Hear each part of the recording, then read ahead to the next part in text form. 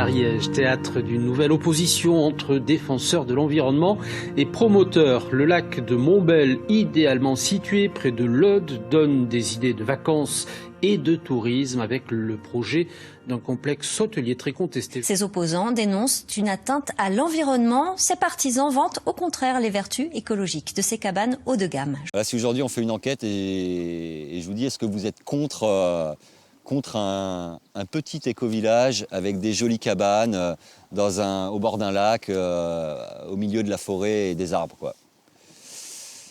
Moi, clairement, j'aurais du mal à être contre. Je me dirais, bah, wow, c'est joli, c'est super. Tu vois, les humains et les non-humains qui vivent ensemble, ça donne envie, quoi.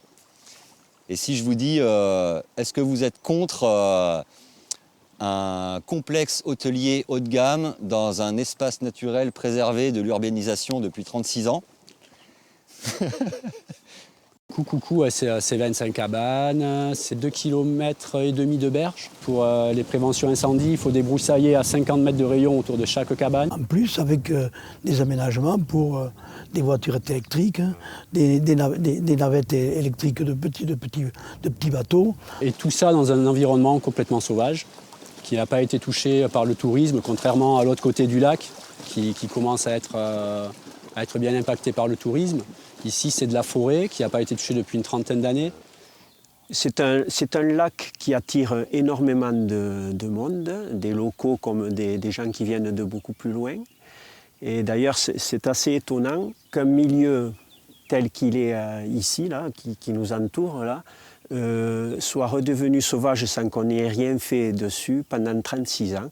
D'habitude, on trouve ce genre de milieu en montagne ou enfin en Ariège en tout cas, dans des endroits difficiles d'accès.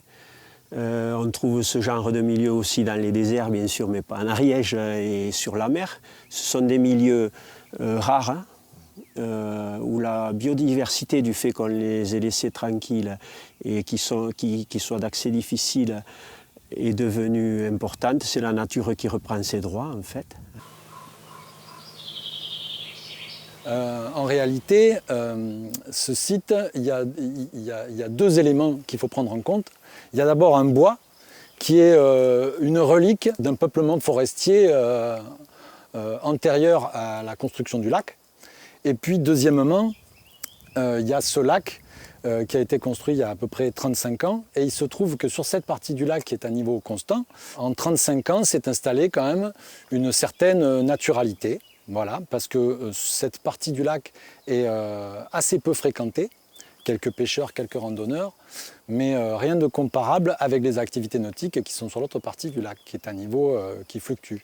Voilà. Et donc sur cette partie du lac s'est installée donc une certaine naturalité, et c'est devenu une zone de refuge, de quiétude et de passage pour un grand nombre d'espèces.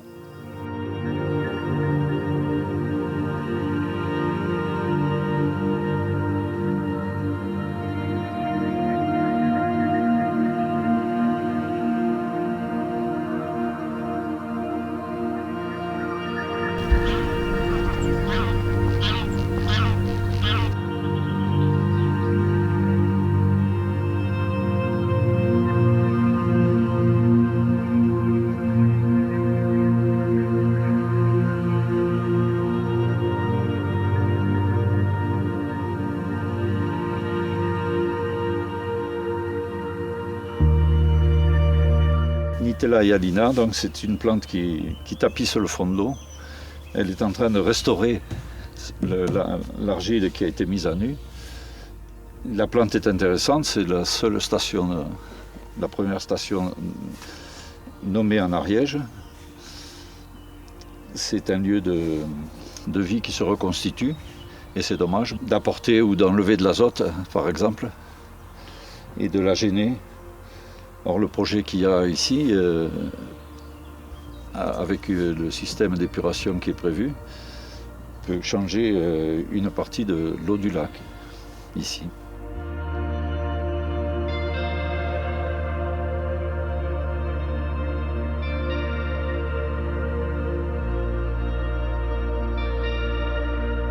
Ici, on arrive à la zone humide où il est projeté de monter une cabane, de monter un embarcadère, une passerelle de 50 mètres pour revenir sur la presqu'île ici.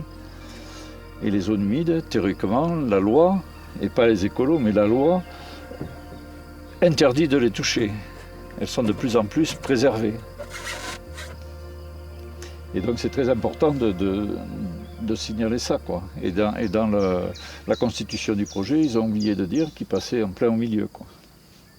Pour une raison un peu obscure, le projet a été dispensé de faire une véritable étude d'impact exhaustive. Ce qui fait qu'en fait, n'ont été étudiés que peu de groupes. Donc par exemple, juste les chauves-souris, il y a une étude faite par l'ANA à Sénariège sur les chauves-souris dans le secteur. Et puis il y a eu une détection de la présence de la loutre, mais qui a été insuffisante. Je crois que ça s'est fait en 5 demi-journées. Donc quand on connaît la discrétion de l'espèce, on peut considérer que c'est insuffisant. Ensuite, il y a de nombreuses carences dans cette étude.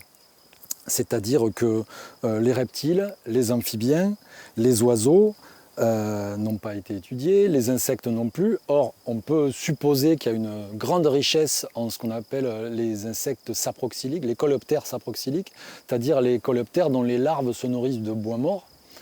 Donc ça n'a pas du tout été inventorié. Et ensuite, les mammifères hors chiroptères, c'est-à-dire hors chauve-souris et loutre, n'ont pas été étudiés et recherchés non plus. Le campagnol amphibie, par exemple, qui est une espèce à fort enjeu, n'a pas été recherché sur le secteur. La chrosope aquatique, une petite musaraigne, non plus. Le chat forestier, la genette, le putois, par exemple, sont d'autres espèces qui sont patrimoniales, à fort enjeu, et qui n'ont pas été recherchées sur le site. Ensuite, les mesures qui sont proposées, on appelle les mesures ERC, pour éviter, réduire, compenser, sont, et tous les spécialistes s'accordent pour le dire, inefficaces. Par exemple, l'installation de catiches artificielles pour la loutre, on peut considérer que on ne voit pas pourquoi la loutre irait s'installer dans des catiches artificielles sur un secteur qui va devenir fortement fréquenté, alors qu'il l'était très peu auparavant, quoi. Et puis, il faut savoir quand même que sur certaines espèces qui ont été listées font l'objet d'un plan national d'action, par exemple pour les chauves-souris, plan national d'action, et il y a même en plus un plan départemental d'action pour les chiroptères, qui est spécifique à l'Occitanie. Donc ça veut dire qu'il y a des programmes de protection spécifiques sur des espèces qui ont été trouvées ici, et malgré tout, on continue à essayer de faire ce projet à cet endroit. On peut regretter aussi qu'il n'y ait pas une dérogation de dérangement, de destruction de l'habitat et des espèces protégées, puisque à partir du moment où un certain nombre d'espèces protégées ont été trouvées sur le site, normalement la loi prévoit qu'il y ait des dispositifs particuliers qui soient faits suite à ça. Donc dérogation de destruction d'habitat ou dérogation de destruction d'espèces protégées.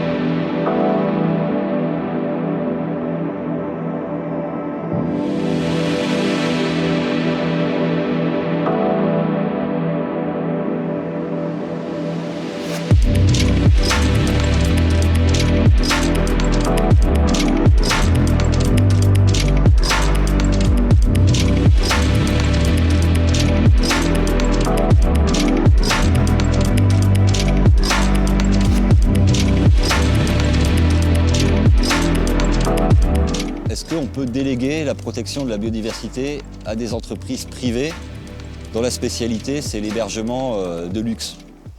Tous ces mots positifs, en fait, avec éco-village, éco-cabane, éco-piscine, on va pouvoir dire, éco-spa, et tous les mots où on rajoute vert dedans aussi. Tourisme vert, emploi vert, maintenant on a des emplois verts, donc c'est super. Ça provoque, c'est tout un tas de mots positifs qui provoquent une adhésion quasi systématique de l'opinion publique, donc les gens ont du mal à être contre. Mais le souci, c'est que ça cache certaines réalités. Par exemple, je ne pense pas que ce soit ça qui fasse bouger les courbes de la biodiversité. C'est qu'il a suffi que 2 aristocrates arrivent et qu'ils présentent une espèce de projet comme un éco-village, soi-disant, pour fasciner un petit peu nos élus locaux.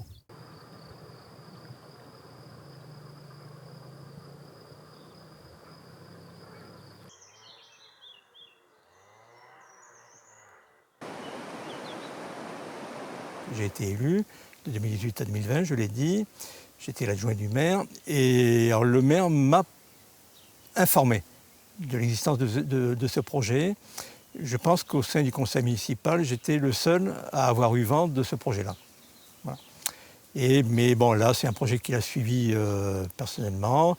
Il semblait très attaché. Bon. Et ce qui s'est passé, c'est qu'il a fallu, pour que le projet puisse se réaliser rapidement, parce que visiblement, il y avait une sorte de course contre la montre, il fallait modifier, faire réviser le PLU de Montbel, hein, pour changer, pour que les cabanes puissent être implantées dans des endroits qui n'étaient pas prévus pour ça, dans le PLU tel qu'il était. Et donc, au dernier conseil municipal de l'équipe en place à l'époque, donc c'était, je pense, en janvier 2020, le conseil municipal a dû se prononcer pour ou contre la révision simplifiée du PLU de Montbel. Et alors là, c'était assez cocasse parce que, donc, hop, les plans ont été étalés sur la table et le maire a dû, à ce moment-là, expliquer pourquoi il fallait faire cette révision du PLU de Montbel. C'était donc pour permettre la réalisation du projet de cabane, j'aime le mot cabane, de cabane aux abords du lac Constant. Et alors là, bon, tout de suite, il y a eu des interrogations, parce que bien sûr, les conseils municipaux, tout d'un coup, découvrent qu'il y a un projet alors à l'époque, c'était une trentaine d'habitats touristiques au bord du lac Constant. Et le plus croustillant, c'était un des conseillers municipaux qui, tout d'un coup, élève la voix en disant « mais c'est chez moi, là !» Voilà. Et il n'était pas informé de l'existence d'un projet dans ces terres, ou à proximité. Bon, voilà. Et alors, pour calmer un peu le jeu, le maire a lâché du lest en disant « bon, on va faire une réunion d'information ouverte au public sur ce projet. » Les promesses n'engagent que ceux qui les croient, et c'est tout à fait ce qui s'est passé. Donc le principe de la révision simplifiée a été voté par le conseil municipal à 2 ou 3 abstentions près, et la réunion d'information n'a pas eu lieu. Ça, c'était le premier point. Deuxième point, c'est que avant la révision du PLU, avant l'enquête publique, doit avoir lieu, c'est la loi qui le dit, une concertation. Voilà. Et là, j'étais encore, au moment où la concertation s'est tenue, j'étais encore adjoint à la mairie et très honnêtement, j'ai aucun souvenir d'aucune concertation qui se soit tenue à Montbel. Alors même si une concertation, c'est légalement, c'est quelque chose de très léger avec un registre, un dossier déposé à la mairie, personne n'en a entendu parler à la mairie. À telle preuve, c'est qu'à l'époque, quand j'étais élu, il y avait un bulletin municipal qui sortait régulièrement, à peu près tous les 2 mois. On mettait toutes les informations qui concernaient la commune. Et dans le dernier bulletin municipal, il n'y avait aucune information portant sur cette concertation ou invitant les habitants à venir consulter ce dossier. Voilà.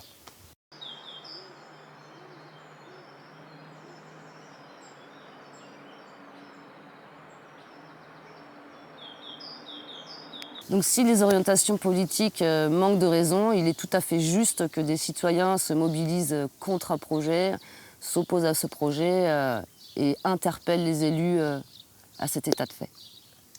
systématiquement, on a droit au même discours. Donc le discours qu'on nous tient ici, c'était le même que celui qu'on nous donnait sur notre espace qu'ils ont retravaillé aussi et sur lequel on se retrouve avec un bouleversement complet. Je pense notamment actuellement à tous les investissements qui sont en train de se faire sur le sport d'hiver, alors que c'est pertinemment que c'est des dizaines et des dizaines de millions qui sont injectés, y compris sur un petit département comme le nôtre. On en est nous, à plus de 40 millions qui vont être investis pour aller continuer à faire quelque chose qui n'est pas du tout éco-responsable. Et on va avoir quoi? Deux tourismes. Un tourisme de grand luxe d'un côté, et puis un tourisme populaire, pauvre, pour les pauvres, un peu plus loin. Je crois que ça, c'est pas éco-responsable. L'éco-responsabilité, c'est que tout le monde soit sur un même niveau, c'est que tout le monde puisse bénéficier des bienfaits que peut apporter naturellement quelque chose qui ne coûte rien. La nature, tant qu'on la respecte.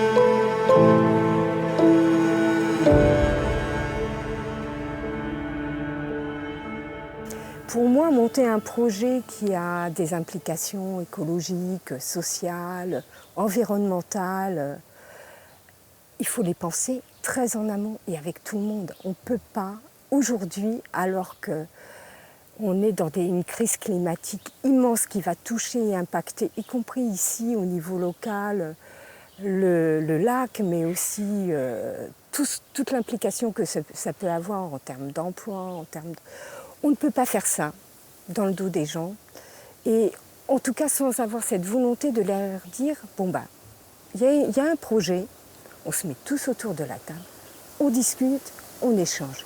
Et si on se rend compte qu'il y a des conséquences néfastes et nuisibles, on arrête. Et on arrête, et il n'y a pas d'urgence à aller vers un projet comme ça. Il vaut mieux se poser, réfléchir, faire les études les plus objectives possibles et neutre nécessaire, et ensuite on se dit bon bah voilà, on a des éléments pour faire ou ne pas faire. Mais pourquoi toujours vouloir s'obstiner dans des projets touristiques qui vont profiter à qui?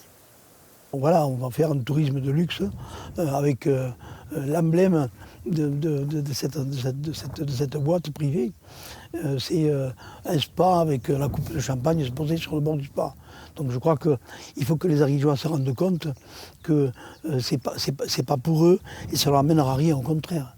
Je crois que ce qu'il faut bien dire, c'est qu'à terme, c'est une privatisation totale de l'espace qu'il va y avoir.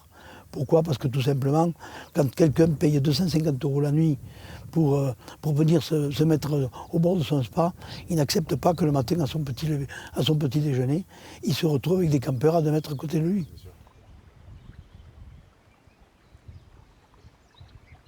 Coucou, c'est un oiseau voilà, qui vient pondre dans le nid d'autres oiseaux et qui se fait nourrir par ces autres oiseaux.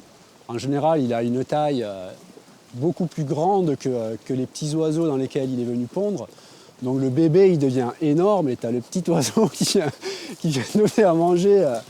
Le petit oiseau qu'on pourrait faire une petite image, ça pourrait être la Comcom, ça pourrait être nous, les citoyens, et qui donne à manger à ce gros oiseau, ce gros coucou qui vire tous les petits oiseaux de son nid petit à petit, quoi. La question, c'est un peu l'aveuglement de l'humain au non-humain, comme si la seule chose intéressante, c'était pour l'espèce humaine, et que le reste, on pouvait le détruire.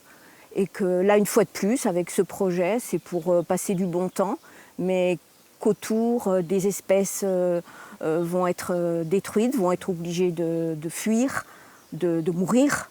Ça, tout le monde s'en fout. Yo, boy.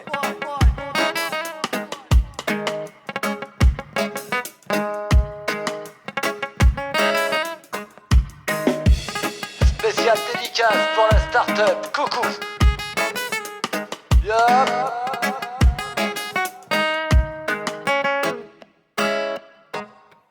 Coucou, au revoir. Toi qui vis hors du temps. Coucou, au revoir. T'es aussi hors sujet. Coucou, au revoir. De toute façon, t'es hors jeu. Coucou, au revoir. Dehors. Où l'écologie n'a pas besoin de toi. C'est quoi ces histoires-là, tous ces éco-blabla? Éco-business, éco-privatisation, éco-piscine par-ci, éco-spa par-là. Éco-rigolo, ouais ciao.